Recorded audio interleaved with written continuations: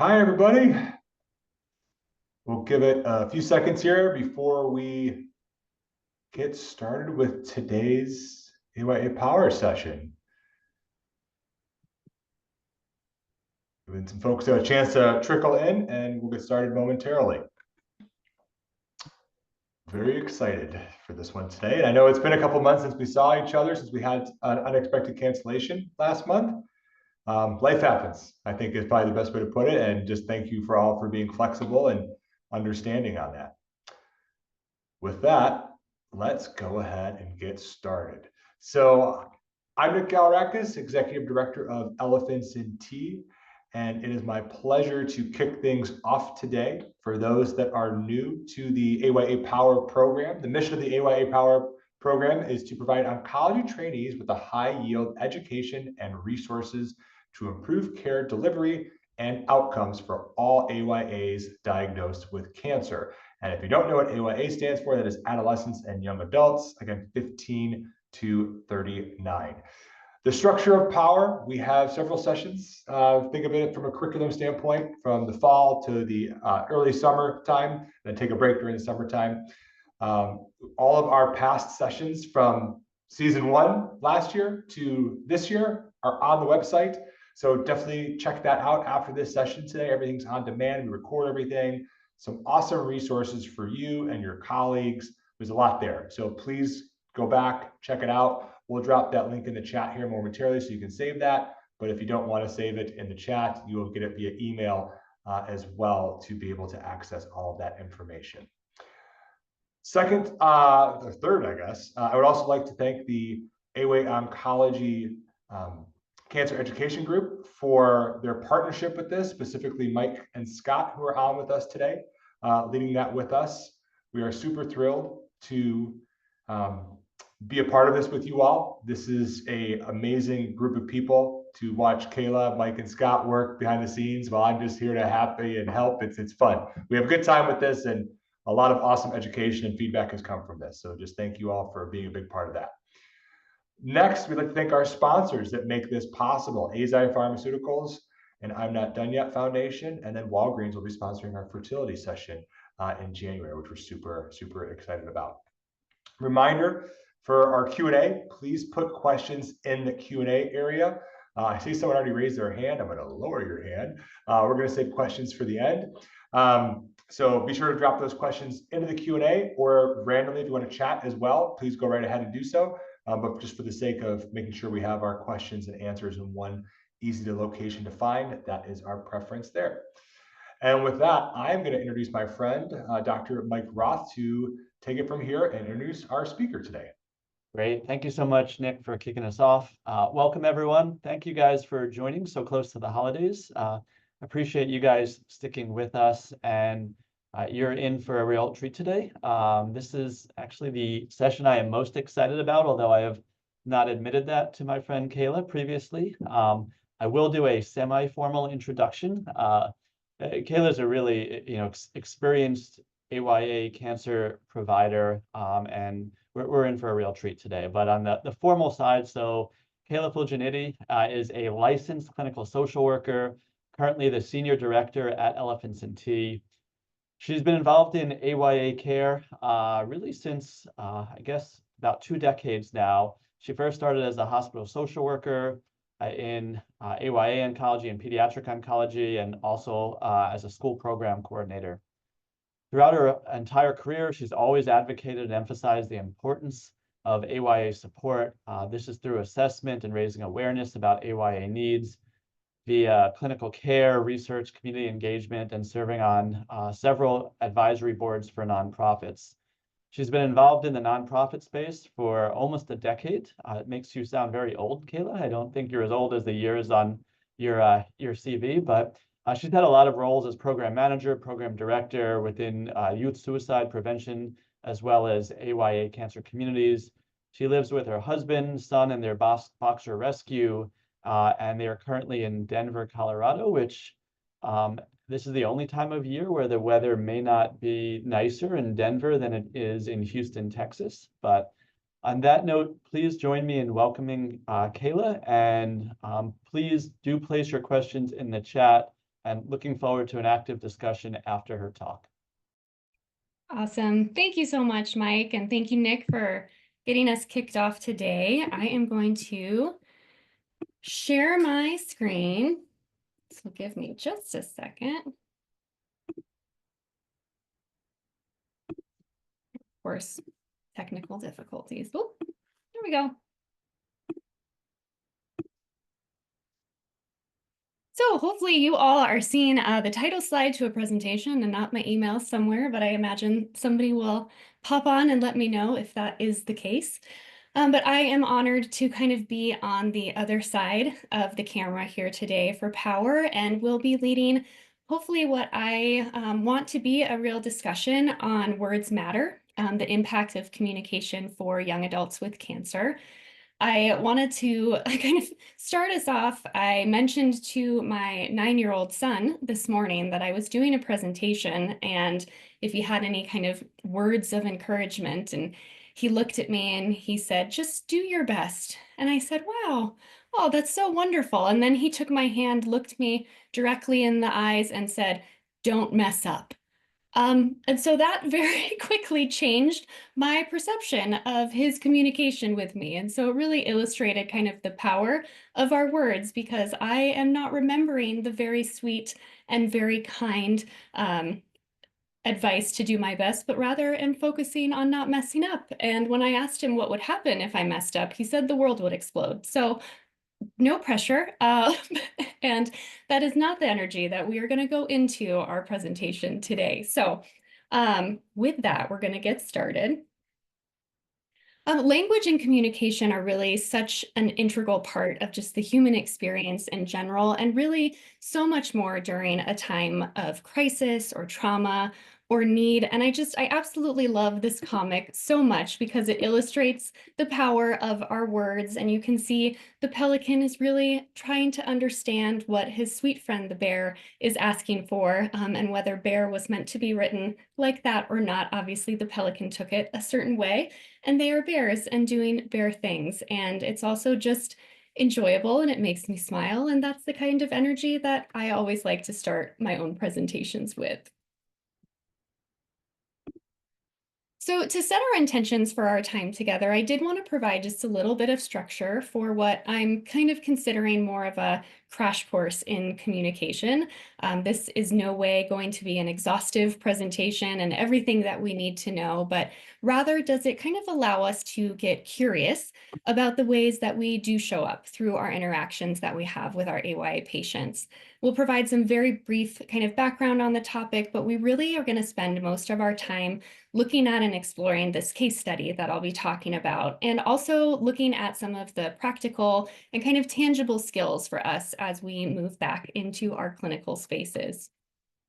So last week was our Young Adult Cancer Gap Fest. For those of you that might not know what that is, it is a true partnership and collaboration between two AYA nonprofits, Elephants&Tea and Cactus Cancer Society.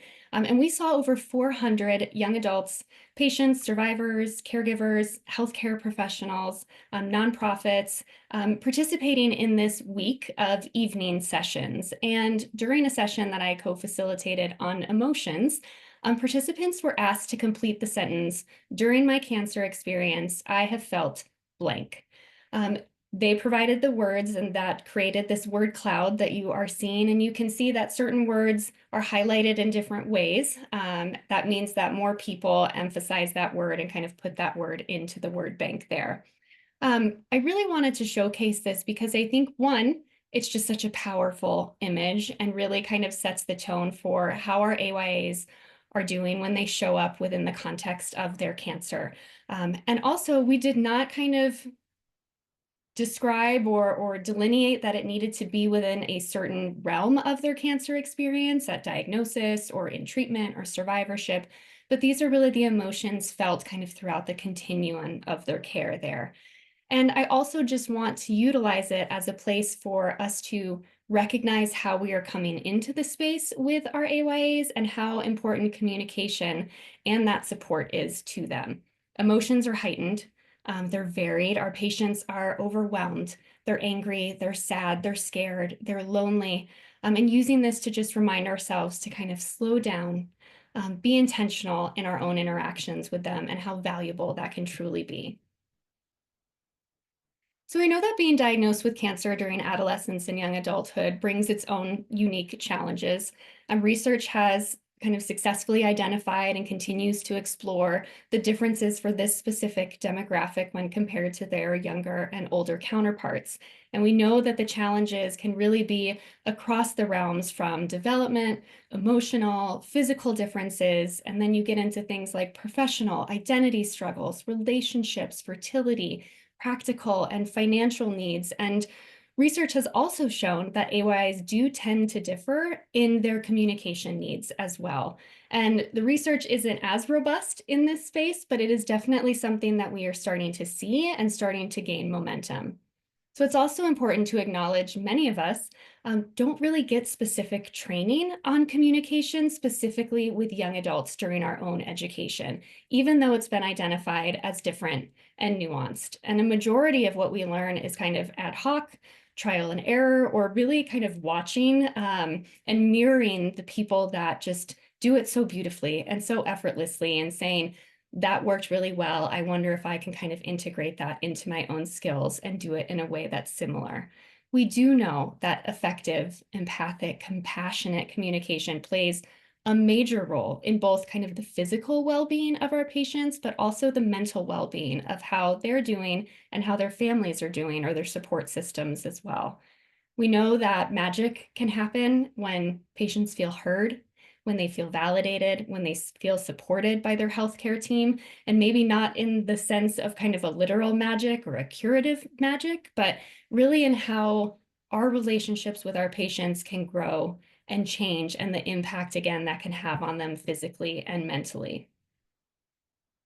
So taking just a little bit of a step back, it does feel important to kind of frame communication within the larger context of healthcare, and when did this start coming up within the field? I also want to recognize that many of you here in this space might have a much deeper understanding of this and its history, but I really like to ask questions that I don't know the answers to. And if I can find the answers, I like to go out and look at them and see what I can find. And so preparing for this presentation, I really started to wonder, when did we begin to kind of get interested in the overall patient experience from the larger healthcare field in general? When did we kind of start to want to put the patient experience at the forefront of medical care, or at least start to develop this sense of teamwork and that we are on the same team, our patients are part of the decision-making process? So in 2001, the Institute of Medicine published a report recommending kind of a sweeping redesign of the American healthcare system and emphasized the need for the term patient-centered care, which I'm sure many of us are probably familiar with. And the hopeful objective was that it would improve both provider and patient experience. And they really identified different dimensions that kind of endorsed that care should be respectful of patients' values, of their preferences, of their needs, that care should be coordinated and integrated, and we should provide information, we should provide good communication and education, and that we also want to be looking at patients from the perspective of physical comfort and emotional comfort and support, and bringing in support systems where and when those are needed and effective and beneficial. And so I think when we hear about communication in general, many of us can probably agree that it is a good thing to have good communication. We like when people communicate well with us. It helps get things done that we either need to do, or it helps us express our feelings and where we are in reference to things that might be going on. But when it's framed within the context of kind of a health crisis, good communication really becomes invaluable to the patient experience. It just plays such a major role in how the overall patient experience is perceived, and therefore really continues to be such a critical area of focus. So in order to understand our case study, I briefly just wanted to mention the organization that I proudly get to represent, which is Elephants&Tea. So our tagline is "Cancer is the elephant in the room, and tea is the relief that conversation provides." Our mission is really to help adolescent and young adult patients survivors, caregivers know that they are not alone in their experience with cancer. And we do this through the power of storytelling and really an emphasis on owning your narrative. We produce the One and Only magazine written by and for the young adult cancer community, and we publish that quarterly. And then in addition to our magazine, we publish 3 stories a week on our website on different topics and themes that are all relevant to young adults, ensuring that their voices are really the ones that are being heard.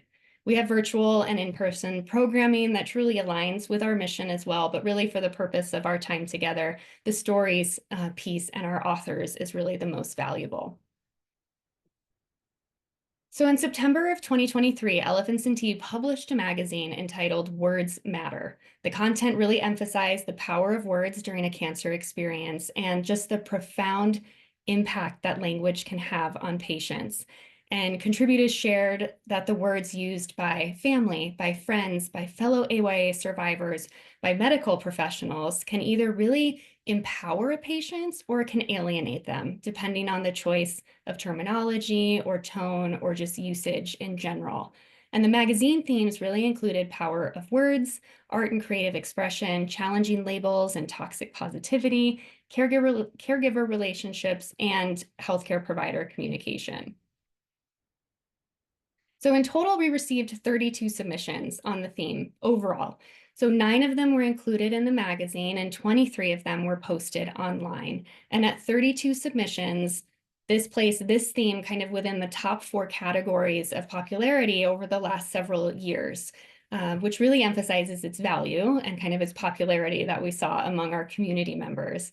And for healthcare provider communication specifically, we found that clarity and understanding, the impact of language on emotional well-being, building trust and rapport, barriers, and listening as a core skill were the themes that consistently came up within these submissions.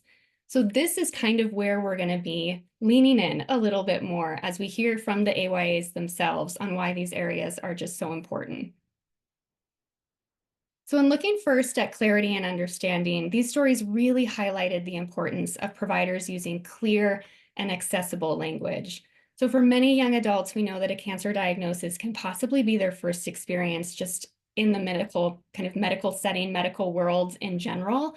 And overly kind of technical terminology or jargon, it can be really confusing or intimidating.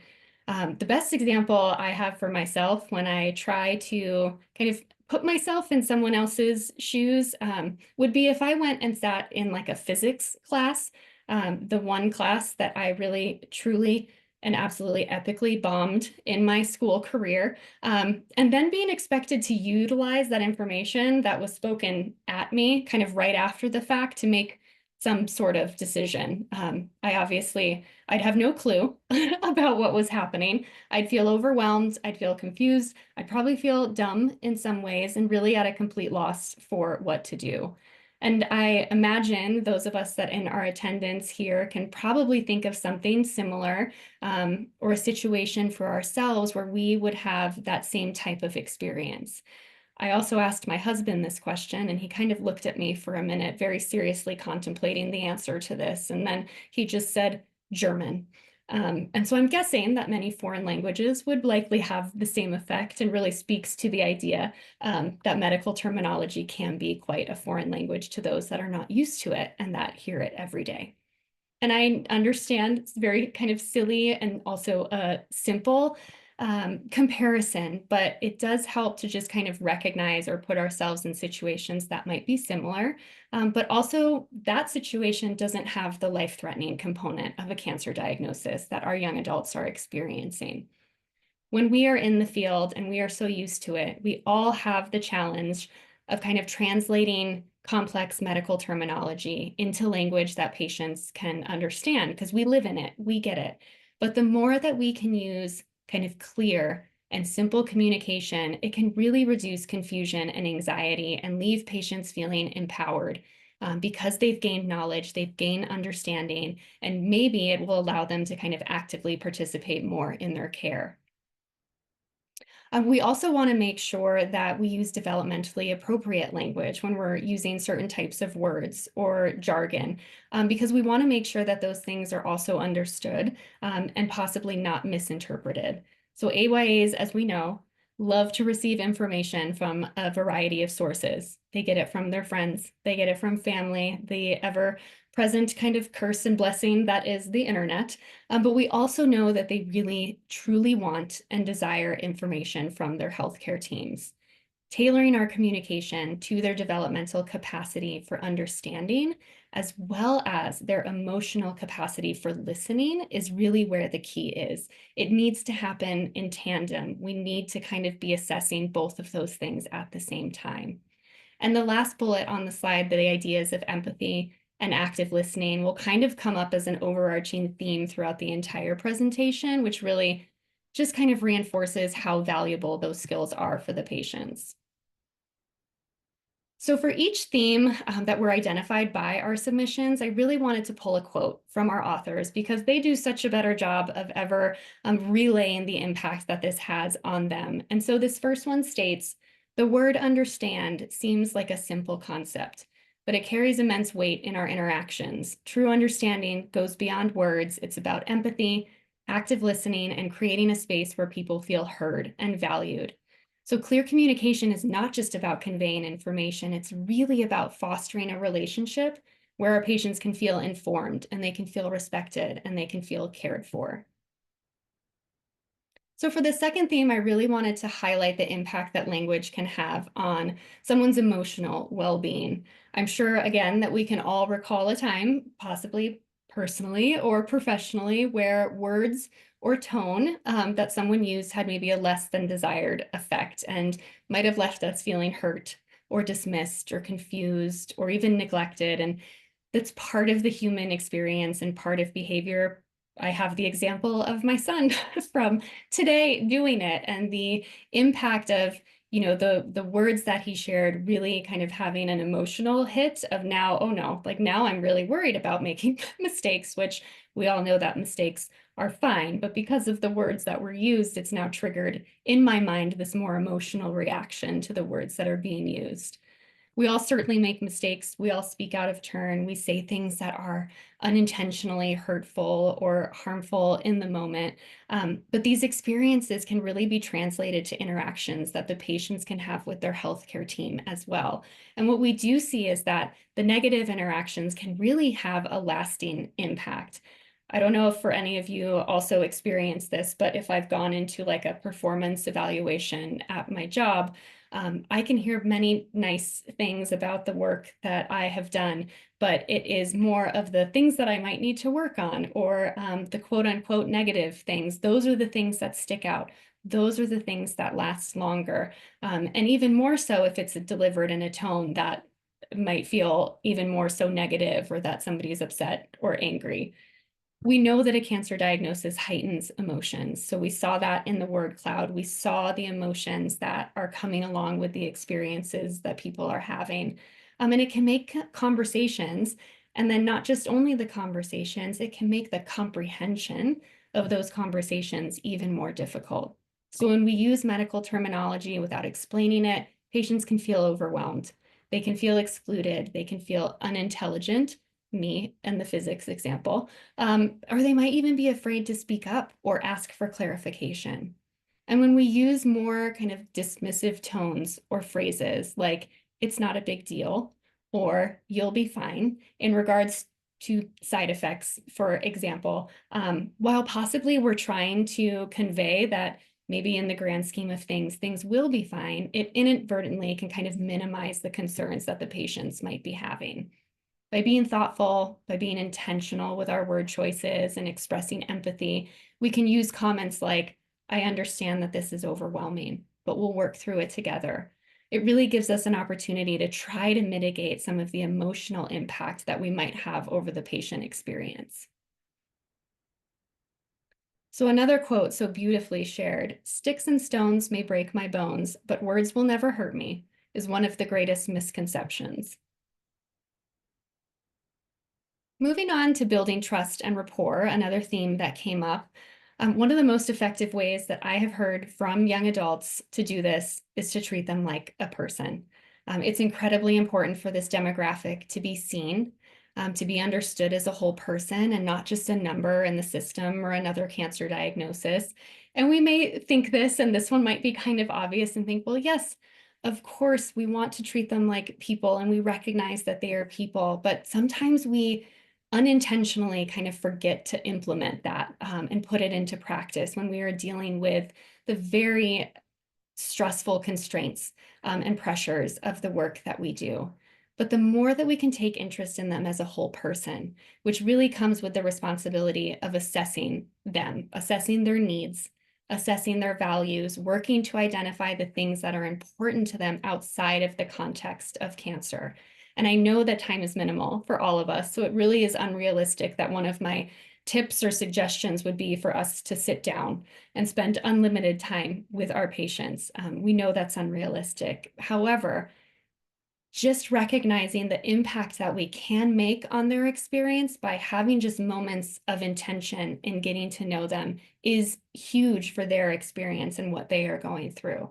We also know that identity shifts and identity loss are common struggles for young adults. Many of them are just kind of starting to explore that and who they are.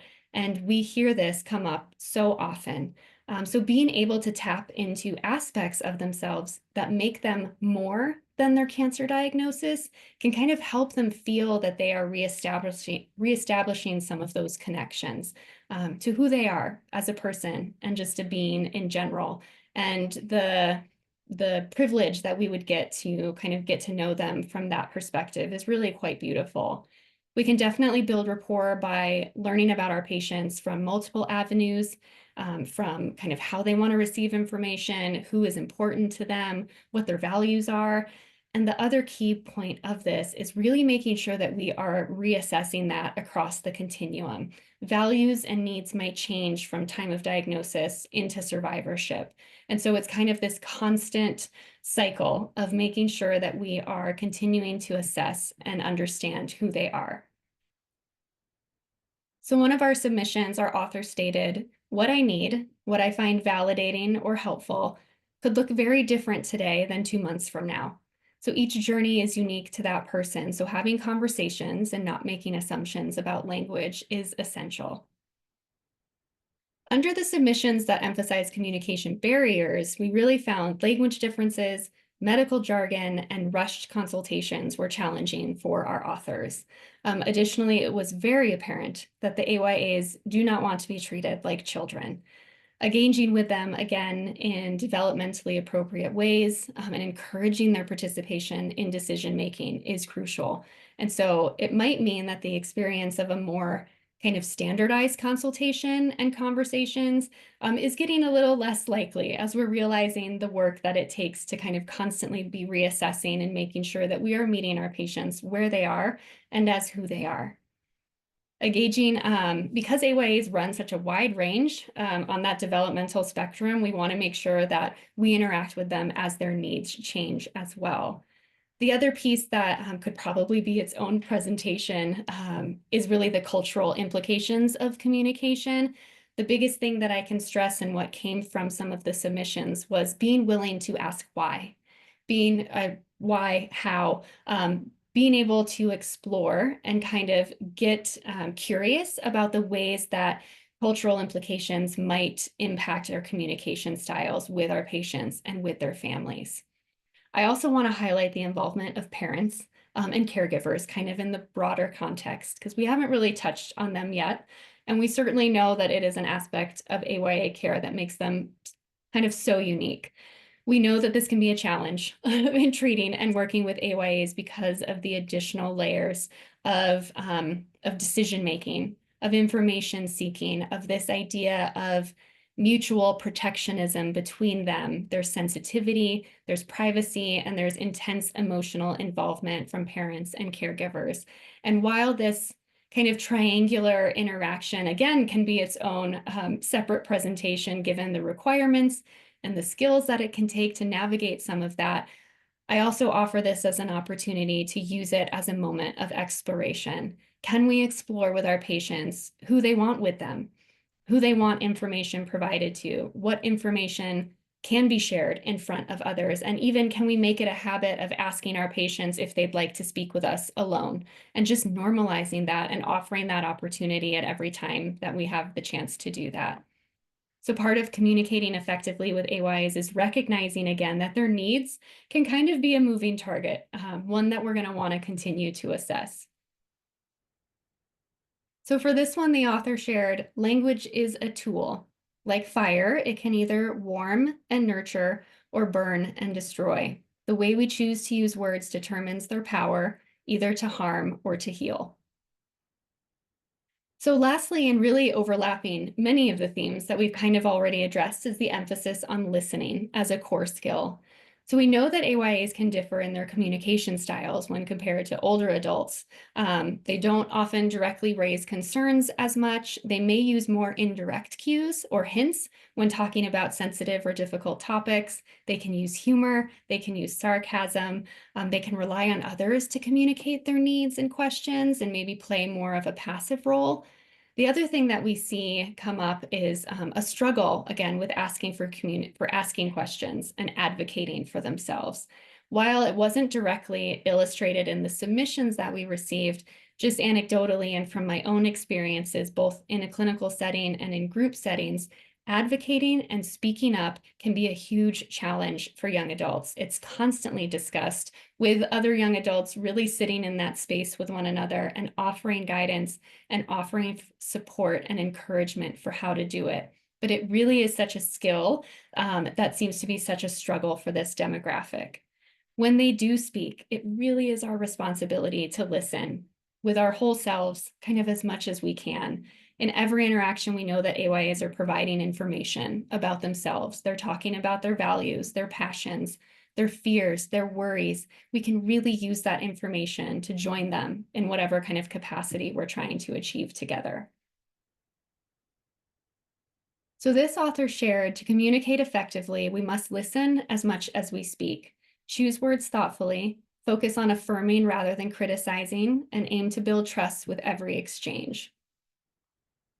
Now, I know this is a busy slide, but I wanted to make sure that I pulled some of the other quotes that we saw within the submissions regarding language and some of the powers of words. And so I wanted to pull these because, again, they so beautifully speak to it. And I feel much more just like a middleman kind of communicating what they are expressing to all of you here.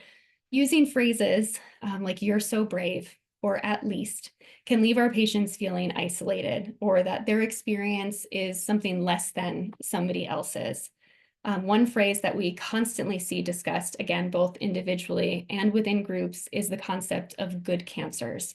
And I love that somebody offered the alternative in their quote of, "tell me it's highly treatable," rather than a good one, because while we have no ill intention in our word choice, the impact it has on the young adult can feel minimizing. It can kind of leave them questioning whether their emotional response is real, or if it's valid, or if they should be feeling that way. So now that we've heard from the AYAs, I think the other piece of this is kind of, okay, well, now what do I do with it? What are some of the skills or actions that I can put into practice to try to better support an AYA and communicate with them? So first of all, we want to listen. We want to validate the AYAs that we work with. We want to treat them like people and not just their diagnosis or a number in the system. And again, while that feels kind of very baseline, it is so important to just kind of be reminded of that, especially when we are in the hustle and bustle of our days and the stress and constraints that we are under. Sometimes it can just take a grounding moment outside a room to just take a deep breath before we walk in to really make sure that we are staying present with one in that consultation. We also know that AYAs really value healthcare providers that are caring, that are understanding, approachable, competent, kind of the very definition of like a bedside manner. And this involves asking questions about their values and the things that are important to them. Finding any opportunity to get those little nuggets of individualism that we can latch onto and explore really can help create that connection. Again, we want to make sure that we're using developmentally appropriate language. It can require tailoring our vocabulary constantly to ensure that we're communicating in ways that are understood and in ways that can be retained by our patients. slowing down when we can, asking questions about understanding, providing the space for questions from our patients really creates an experience that's validating for them, not only of the physical impact or asking about their physical care. Are there opportunities to check in on how they're doing emotionally as well? We also know that AYAs value honesty and being genuine. So it's important that we ourselves as providers really show up as our true selves as well, kind of in the context of good and strong boundaries. But we want to ensure that we're coming off as genuinely caring. So for something like if you enjoy humor and find that it's something that you can use, it's a powerful tool for connecting and relationship building with AYAs. And if for some reason you don't have a very good sense of humor, they are going to be the first ones to let you know and tell you. So in one of the last research studies I looked at, I came across the mnemonic, "I'm late," which who doesn't love a good mnemonic? It just sticks in there. It took me back to school. And so I thought it'd be worth sharing in the event that it just might resonate with someone. We know that communication is not a one-size-fits-all experience. And the expectation, again, is that we're showing up in ways that feel good for ourselves as well. So why not kind of provide a variety of opportunities for us to do some of these things? When dealing with time constraints and intense caseloads that I know all of us struggle with in clinical settings, for some reason, this felt manageable. It felt like a good reminder that I can do a lot to impact their experience and my communication in a short amount of time. And the other thing, whether this feels makes it more stressful or maybe it relieves some stress, a lot of these things can all be done at the same time. So it's not a structure where we have to do this and then we can do this and then we can do this. We can do all of this in one sitting. I can make sure as best as I can, hopefully, that I have a good first impression, that I give time for them to speak and to ask questions, that I listen, that I acknowledge, and that I empathize with what they might be going through. I do want to highlight of particular note for this mnemonic is the word touch for tea. And while we recognize there are certain boundaries that we certainly would want to be aware of, I just appreciated the recognition and the reference to the therapeutic effect of touch in an appropriate context. And lastly, kind of while, again, it may seem basic, sometimes having a phrase bank to pull from, or even just to be reminded of, can be helpful. So phrases like, "what I'm hearing is," or "if I'm hearing you correctly," are examples of paraphrasing. It allows the speaker to feel like we really listened, that we are trying to actively understand them. We can ask clarifying questions with things like, "can you say more about," which feels like a little bit more of a gentler lead-in sometimes when we know in the back of our minds, we're like, "I'm going to need more details about this." Saying, "can you say more," is a little bit softer. We've talked a lot about assessing our patients' values and what's important to them. So really making sure that we are summarizing those conversations with statements like, "it sounds like what's most important to you is," or "I'm hearing that you really value XYZ. It continues to support the feeling that they're human, that they're more than their diagnosis, that we're partnering with them, that we're truly trying to understand what makes them who they are, and potentially be able to use that information as we move down the line and make medical decisions or treatment decisions together." The other one about thanking them or acknowledging them for difficult conversations really provides empathy for the experiences that they're going through. We know that they struggle sometimes with bringing some of these things up. So really calling out and again, being intentional by saying, "it seems like this was a really hard thing for you to bring up. And I am so glad that you brought this up with me." All it does is create kind of this cycle of reinforcement that they can talk to you about hard things. They can bring up hard things because our response is going to be compassionate. We are going to recognize that it was a hard thing to do. We can reflect that to them and we can thank them because ultimately bringing up those hard things are questions that they truly have and want to ask. So it's providing that positive reinforcement of letting them know that they can continue to bring those things up. And lastly, just really reminding our patients again that we are in it together can be an incredibly powerful statement. And I did just want to end on the last quote from an author, which states, "the language doctors use sets the tone for how we view our diagnosis, prognosis, and our hope. Choose words carefully.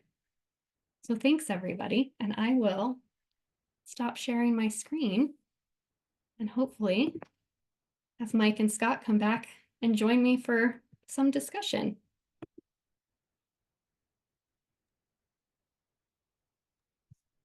That was awesome. Thank you. I was just watching all of the emojis fly up, and I think just like words mattering, I think emojis matter as well, and so far they're pretty appropriate. So there was one question, a comment and then a question. So I'll start with the question. This is really great information. Is there anything especially important to keep in mind when with marketing programs for the AYA population? Use of casual language, keep text short, etc. So maybe kind of a different kind of communication. Yeah, absolutely. I mean, I think, again, my brain tends to function much more in the experiential history that I have with patients, less so than research. So mine is definitely more calling to kind of what I have seen work. And we know that less text kind of seems to be the thing that works, less maybe medical terminology or the quote unquote kind of jargon, like scientific jargon, things that allow them to feel connected for opportunities for support or recognition that they're not alone in something. I also know that using the term support groups, like this is a very kind of bringing it down, very basic, but support groups has been a challenging word for many within this demographic. It's much more about community building, connection. And so I have found that when I've used the term like join this support group, it doesn't feel like it hits as well as like come hang out with your fellow AYAs and be together and join one another. And so I do think like the individual suggested more casual language, text short, less kind of scientific or medical jargon, and potentially staying away from terms like support groups or leaning too heavily into some of that. Yeah, that's a great comment. It looks like there's another comment just referring to the importance of addressing people the way they would like to be addressed, whether that's with preferred pronouns or sort of other names that they would prefer. And how do you sort of inquire or ask someone how they'd like to be addressed without it feeling uncomfortable or being awkward? Great question. And I'm thrilled that they brought that up because I do think that's so incredibly powerful, and we are starting to see that more. Even within our own programming, we've really started to standardize introducing yourselves with your name. We ask the patients that might be in our virtual community if you would like to provide your pronouns, or if your name is different than it's showing up on the screen, please let us know. I do think it's another way of us really seeing and wanting to know them.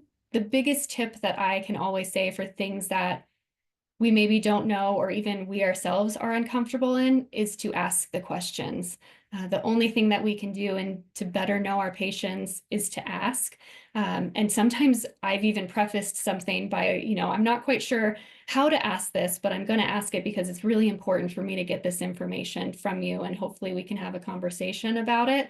But I do think specifically to kind of pronouns and how to address patients, the more that that is becoming a little more normalized with the way that we express ourselves and kind of setting that standard for one another, I think we're going to start to see more of that coming from our patients.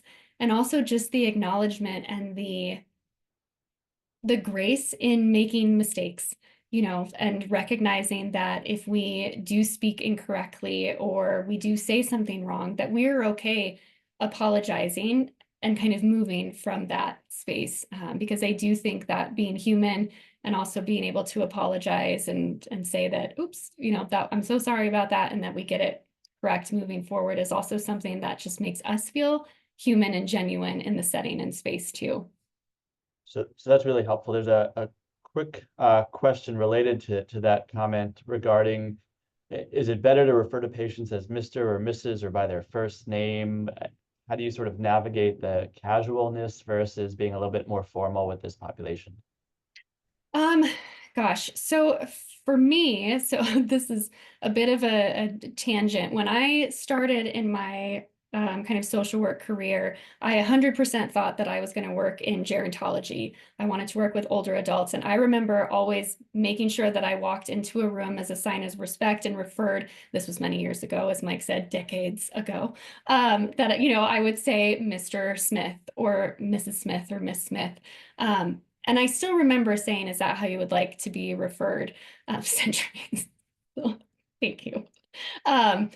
But what I found when I switched into more of the young adult realm, I felt more genuine for myself walking in and saying first names first, but always following up with, is that how you'd like to be addressed? Because even for my son, his name is Alexander, and they come in and they say Alexander, and he's like, Alex. And so even though, you know, it might be the way that we might want to be called or a nickname or a preference, again, I think it's most important that we are just asking what their preferences are. What would you like? How would you like me to address you? What would you like me to call you? And kind of taking it from there. Thank you. There's a few questions. The next one is there a way of making that connection with patients when they're dismissive or don't open up easily? How do you kind of navigate that situation? Yeah. Oddly enough, I feel like those were always my favorite patients, even though we're not supposed to have favorites. Like the ones that were difficult or, you know, they just would not engage for some reason. It was like, okay, you know, what am I missing here? What can I potentially get curious about and explore with them? One of the things that I have found, again, in my own experience with those that feel less engaged or feel dismissive is almost just the consistency of showing up. The fact that they know that I'm still going to come, I'm still going to ask how you're doing, I'm still going to check in, and I'm still going to be there. And sometimes I remember walking into patients' rooms, lights are off, heads are underneath blankets, they are not engaging with anyone. I would at least first I'd make sure they were awake. I wouldn't wake anybody up, but it really would be like, hey, you know, it's Kayla from social work. I'm just here to check in. One, is there anything that you need? Is there anything that I can get you? Kind of trying to normalize, just kind of seeing if there's a way that we can provide comfort, maybe other than our words or our support. Is there ways that we can provide comfort through actions? But really just knowing, okay, and I'm gonna be back tomorrow. I'm gonna check in.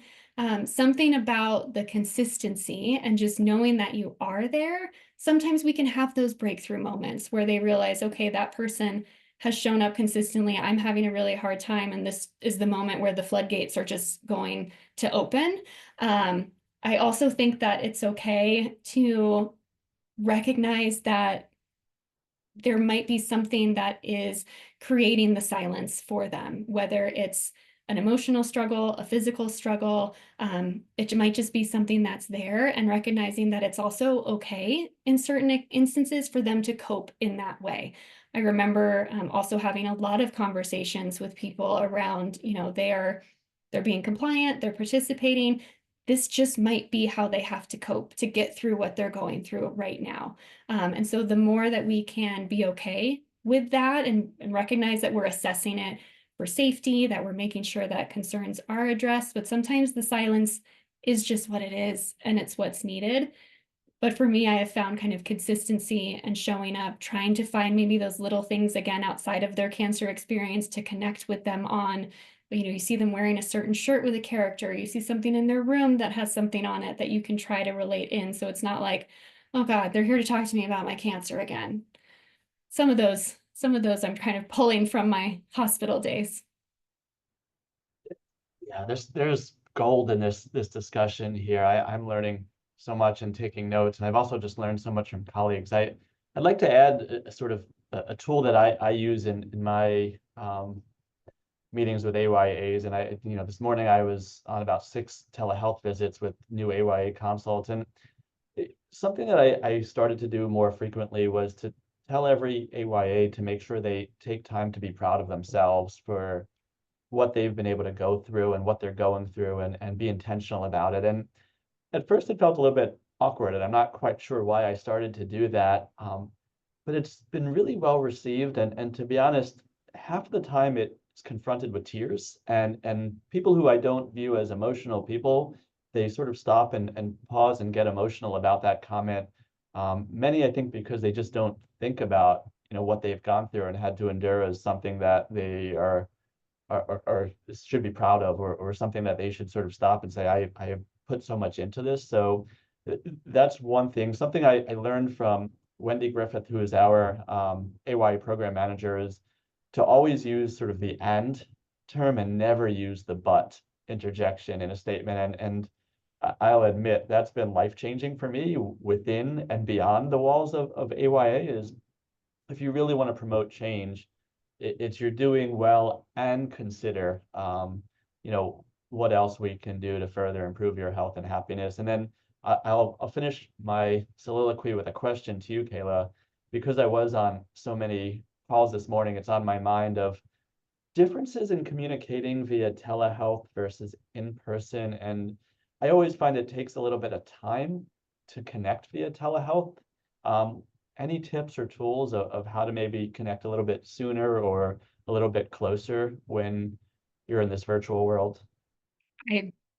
Such a great question, and certainly one that I myself had to transition out of. When I switched to nonprofits, I had to leave bedside and going into rooms and knocking on doors. And now Elephants and Tea, all of the work that I do is in a virtual space. And I love just the recognition that it can be different.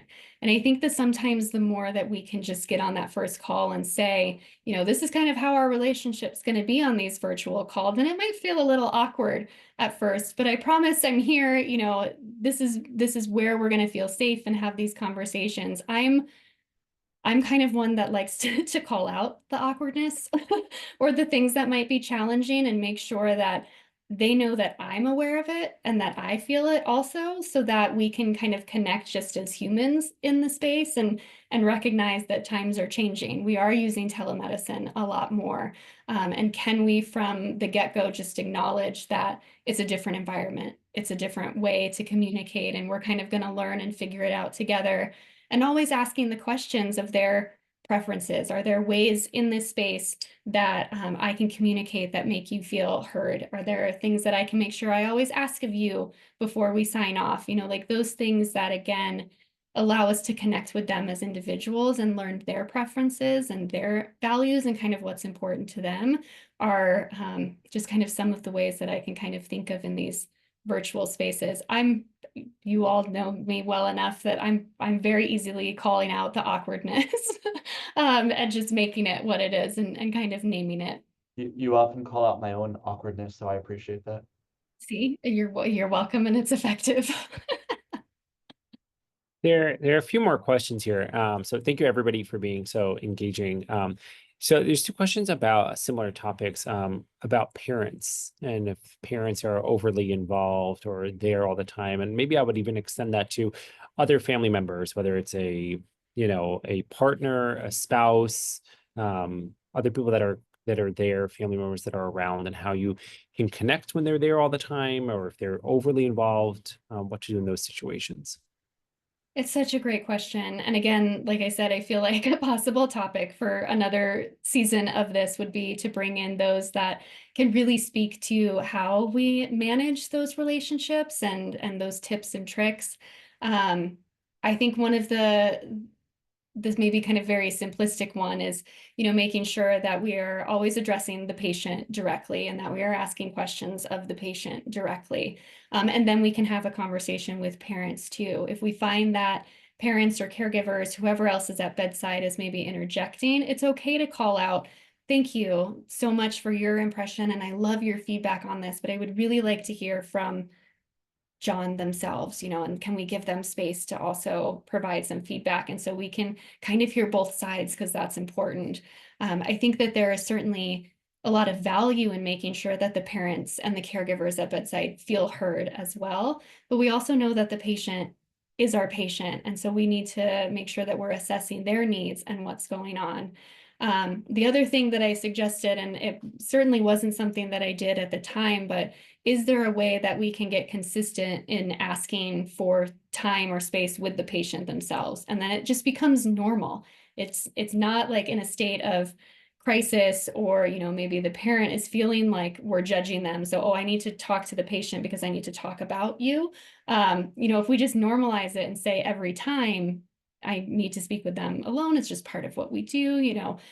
Some of that can help with the stress around it. The other thing that I've certainly done is, if you have the staffing capabilities of it, is even try to tag team. I know that I've certainly been with physicians in a space where it was like, oh, could you take mom out and sit outside and have a conversation with her and assess her support, so that the physician was in the room speaking to the patient, and then we would all come back together in the end. So it was another team to kind of, or another chance to kind of use additional team members too. I know we're getting to the end of the time, but I love this question so much that we have to squeeze it in. So just thinking about the age gap between the patient and the provider, perhaps some of our providers feel like that age gap is widening, maybe in number, that is, maybe not in spirit. Any suggestions to try to improve the connection, ways to help the patient relate to the provider and vice versa? I will say I study up on my my lingo for the current generation. I tell patients their shoes are Gucci fire, and that gets great reactions. But any suggestions on how to narrow that age gap? I guess, I mean, I honestly thought of starting this presentation with just a whole slide on like words that the kids are using, and we would play a game of like translating what those words actually mean. But then I realized we would leave this conversation and all the words would have changed anyway. So what I love about this question, though, is you can feel that the person that asked it truly wants to connect with their patients. And sometimes I feel like that's the thing that can kind of exude from the way that you're showing up in the space. So the fact that you're even asking about ways that you can better connect with your patients is such just a beautiful and kind of genuine thing to be recognizing. Similar to kind of calling out the awkwardness, and that's who I am. And so my really tip within that is kind of to continue to show up as you are and what feels right to you in that space. If there are opportunities, as Mike frequently does, to joke about it, like those are things where people might laugh and you can find your in. But I really think it's more about recognizing that you are intentionally interested, you are engaged with this person, you want to learn about them, you want to find the ways to connect. And those really are the things that we can't teach. Those are the passions that we have. Those are the interests that we have in caring for this population. And I feel like sometimes that will translate into just being a genuine kind of caring human being, regardless of the age gap. And that's almost where I would say, like, lean into that piece of it, lean into wanting to get to know them as humans, regardless of our own ages. Yeah, that's wonderfully helpful. I know we're at the end of the hour. Want to be respectful of everyone's time. Would like to thank you, Kayla, for just a master class in communication. It's really just wonderful to get these tips and tools. And some of us have the privilege of continuing to learn from you on frequent calls. So I think we're going to kick it over to Nick to conclude our session. However, Scott and I just really want to say thank you to everyone who showed up today and continues to show up. And we want to wish all of you a happy and a healthy holiday season and new year. It's really just been a privilege and a pleasure being on this ride with you guys, trying to do better for our AYAs. So I'll ask Nick to top that conclusion and see if he can do better as we transition out. I can never do better than you, Mike. Thank you. So I just dropped some links into the chat. Our website, where all the on-demand content can be found. You'll find this recording as well as past recordings. Please share this with colleagues and friends. We also have our survey, so please let us know the feedback here. Obviously, Kayla would love to know how she did too. So please respond with any comments, questions, all that fun stuff on there. We always like to see how we're doing, right? So please be honest with that feedback.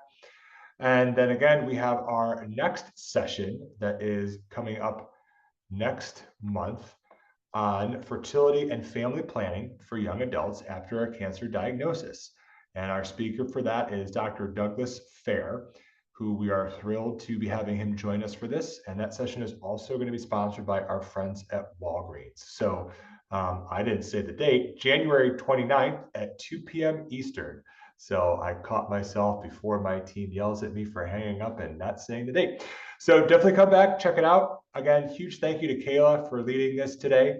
And a huge thank you to Scott and Mike for all that you do, as well as Lisa and Rachel and our team who are on today too. So thank you, everyone. Have a happy holidays. Enjoy the rest of this month, and we'll see you in 2025.